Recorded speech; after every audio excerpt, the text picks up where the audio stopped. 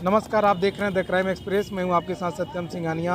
आज पश्चिमी चंपारण मुख्यालय स्थित शिक्षकों द्वारा किए जा रहे धरने के समर्थन में शिक्षा विधायक श्री रविंद्र प्रसाद गुप्ता जी मौजूद रहे और वो देखिए कैसे शिक्षकों के लिए समर्पित हैं। अपनी पार्टी की ओर से लाल सलाम करता हूं, अभिवादन करता हूं। साथियों,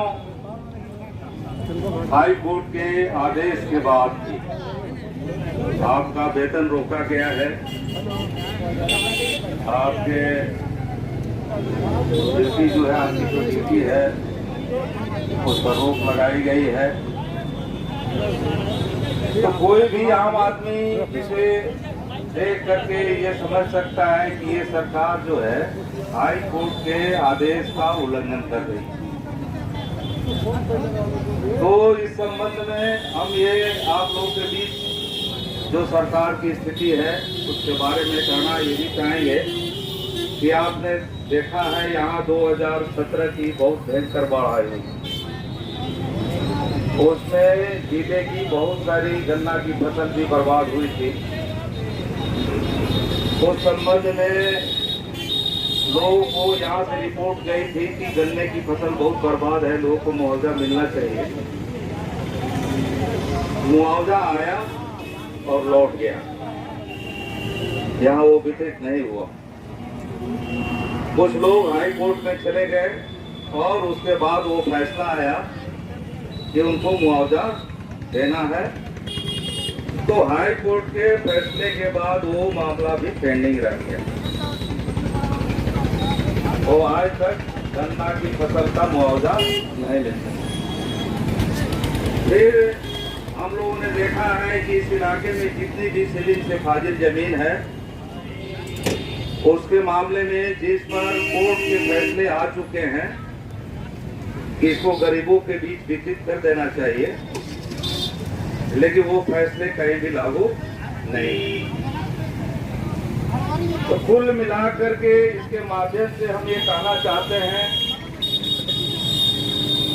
कि हाई कोर्ट का फैसला होने के बावजूद भी सरकार जो है, उसका प्रशासन जो है वो तमाम फैसलों को लागू नहीं कर रहा है।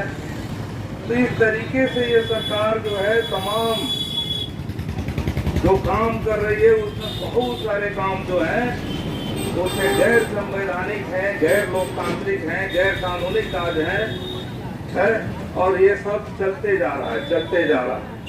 आखिर ये कैसे हो रहा है, ये हमको आपको सभी लोगों को सोचने की जरूरत है कि क्या हिंदुस्तान में, बिहार में ऐसा ही राज चलेगा कि कोई कानून होगा और उस कानून के आधार पर कोई फैसला करेगा, वो भी पालन नहीं होगा? क्या ऐसा ही राज चलते रहेगा? तब तो जिसकी लाठी उसकी भैंस, जो करता चाहेगी वही होगा। तो हम ये कहना चाहते हैं कि ये शुरू हुआ है पूरी एक तरह से जो नौकरियों के क्षेत्र में जो नई आर्थिक नीति बनी और आर्थिक उद्योग धंधों के क्षेत्र में तमाम जो भारत के आर्थिक कार्यकलाप हैं उस क्षेत्र में जो आर्थिक नीति बनी, वहां से चीजें शुरू हुई कि सरकार को ये मौका देखना कि हम कैसे लोगों को नौकरियों से छांट सकते हैं। जैसे कोरोना उनके लिए मौका आया, उन्होंने करोड़ों लोगों को नौकरी से हटा दिया। ये सरकार को ये मौका देखना है कि हम कौन सा बहाना ढूंढें कि लोगों को नौकरी से हटा दें। तो अभी हमारी पुलिसकर्मी जो है, एक पुलिसकर्मी से बात हो रही थी, उनके लिए बना दिया है कि 80 किलो से अगर ज्यादा है पुलिस में लोग, वो लंबाई उनकी कितनी ही हो, तो 80 किलो से ज्यादा है तो उनको नौकरी से हटा दिया जाए। अभी आपने सुना, देखा, वो फैसला आया कि 50 साल जो है रिटायरमेंट की उम्र कर दी जाएगी। इसी तरीके से आप देखेंगे कि किसी को फर्जी डिग्री के नाम पर, किसी को इस इलाके का नहीं है उस इलाके का है, ये कह करके आप देखिएगा कि आंगनबाड़ी बहुत सारी सेविकाओं को वो छाट देते हैं। तो उनको कोई ना कोई बहाना चाहिए जिससे वो नौकरी से लोगों को हटा दें।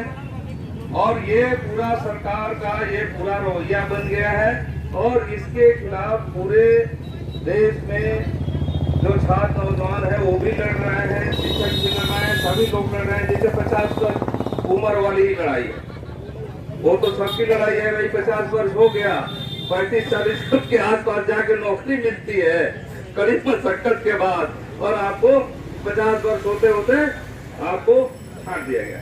तो वेतन में कटौती, आपके जो है पेंशन नहीं देना। अब जितनी नौकरियां हो रही हैं उसमें किसी को पेंशन नहीं मिल रहा है, तो पेंशन नहीं देना है, वेतन में कटौती कर देनी है, नौकरियों से छांट देना है।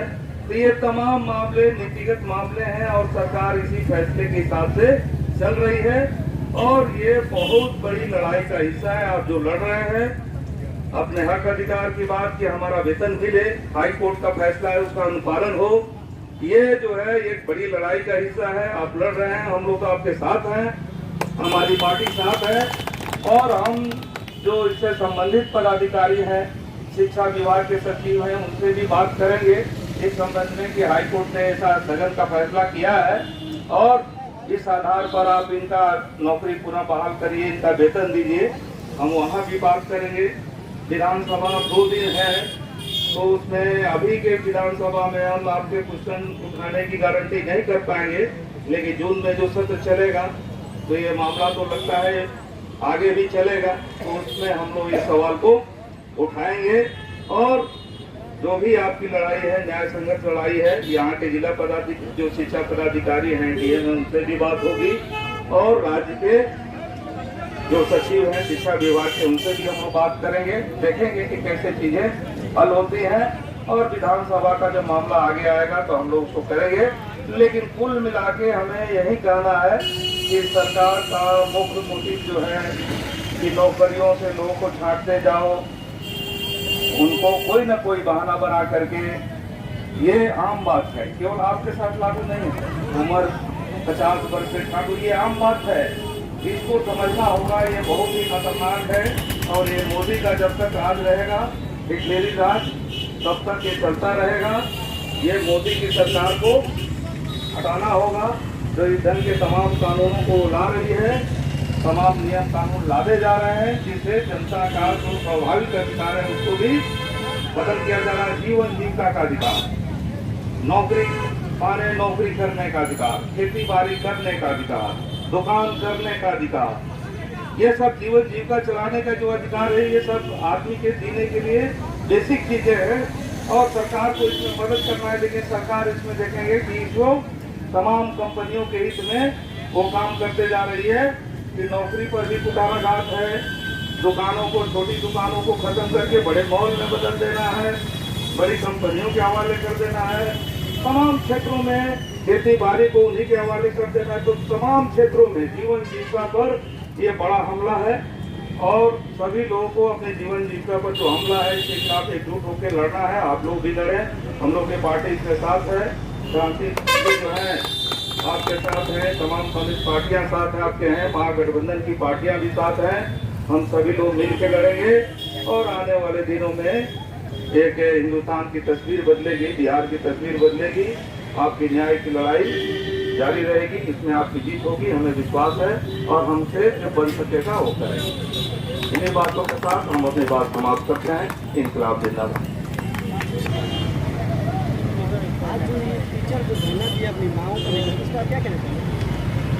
सरकार जो है वो दिल्ली और पटना की दोनों सरकारें जो है उनको बहाना चाहिए, किसी न किसी बहाने से वो लोग नौकरियों से लोगों की छटनी कर रहे हैं, उनका वेतन रोक दे रहे हैं, पेंशन बंद कर दे रहे हैं।